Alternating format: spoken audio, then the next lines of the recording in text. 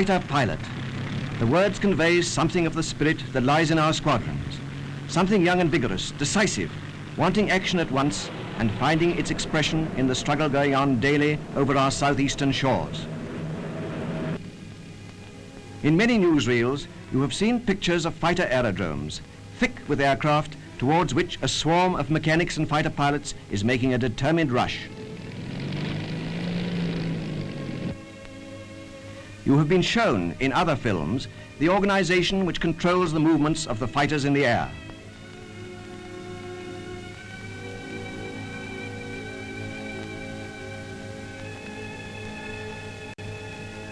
But you have not yet been let into the mind of the men who do the flying, nor shown their feelings when in the air and going into a fight. The long periods of waiting are a test of temperament. Some pilots occupy themselves actively, others pass the time in sleep. Nor have you been shown the difficulties and discomforts from which the pilot suffers when he is seated in his aircraft. Let us look at the inside of a pilot's cockpit with its mass of instruments, and then think of the hours of practice needed before the pilot can understand all their uses and employ them satisfactorily. See the pilot in his kit. It is bad enough to be in a flying overall. It cramps one's movements quite a lot. But look at this, the life belt used when flying over the sea. It is called a Mae West, rather unkindly. Now the parachute. It is impossible to look pompous in a parachute.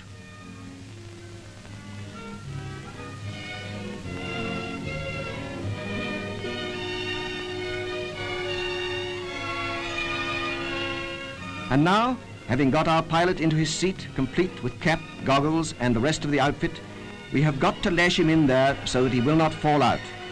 Wouldn't you hate to be in a straight waistcoat of this kind, with only a small part of your face showing?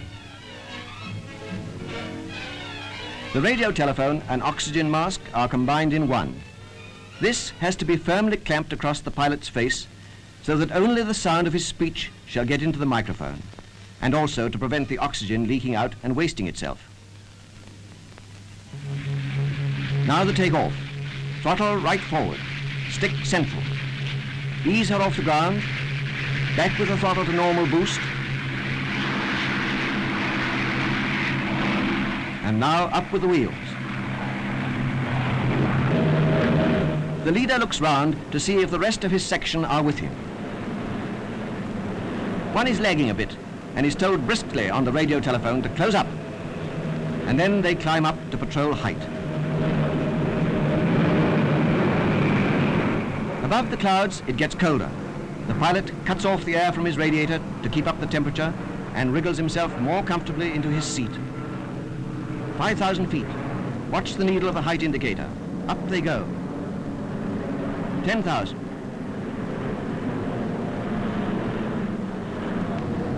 Still higher, 15,000. 20,000. The rear aircraft of the formation weave about so as to keep an eye on possible enemy attacks from the back.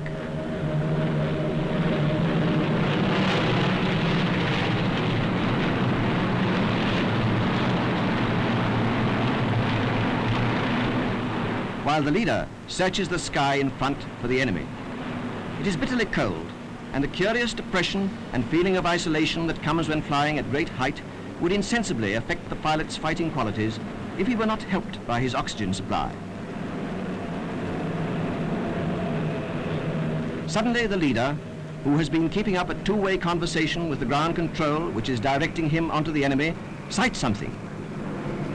Tally-ho! There they are, Jerry's.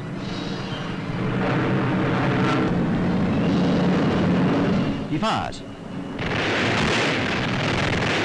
There's a stream of lead from the guns, and he's got him. That's one down.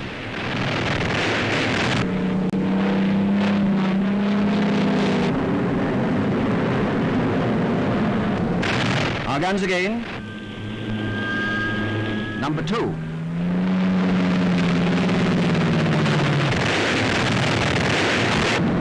Jerry's bailed out.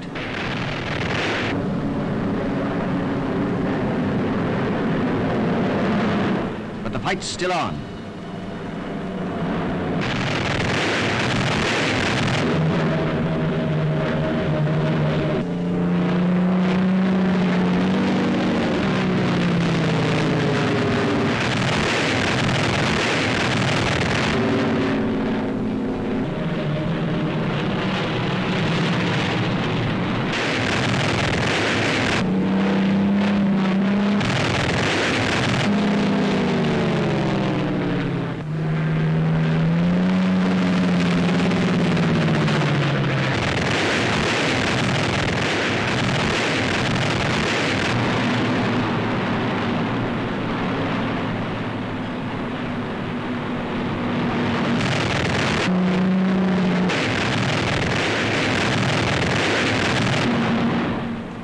That's that.